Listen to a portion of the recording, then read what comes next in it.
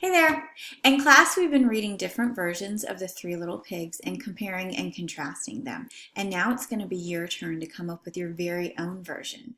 But before we do that, let's just recap some of the ones that we've already read. So, we have the true story of the Three Little Pigs told from the perspective of the wolf. He says that he was just going to his neighbor's house to borrow a cup of sugar so he could make a cake for his dear old granny's birthday.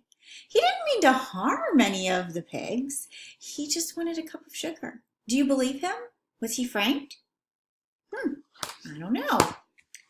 We also have the Three Little Wolves and the Big Bad Pig. And this time, the characters are reversed. And the pig is the bad guy, and the wolves are the good guys. They also have different building materials, which leads to different houses. And the ending is a bit of a surprise. Another one of my favorites is The Three Little Fish and the Big Bad Shark. In this one, the setting is completely changed, which in turn allows our characters to be different. Their houses are different as well. So even though all of these stories have some differences, they also have some of the same components. They each have three good characters and one big bad character. They have three different types of houses that vary in strength, and they follow the same storyline where the big bad character is trying to blow down the houses of the good characters to get in.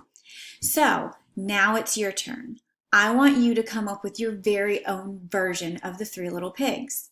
Will you change the characters? Will you change the setting? Will you change the houses? Will you change it all? I don't know. I'm excited to hear your ideas. But remember, you need to have three good characters and one big bad character. You need to have three different types of houses, and you need to follow that same storyline that all of our other stories have followed.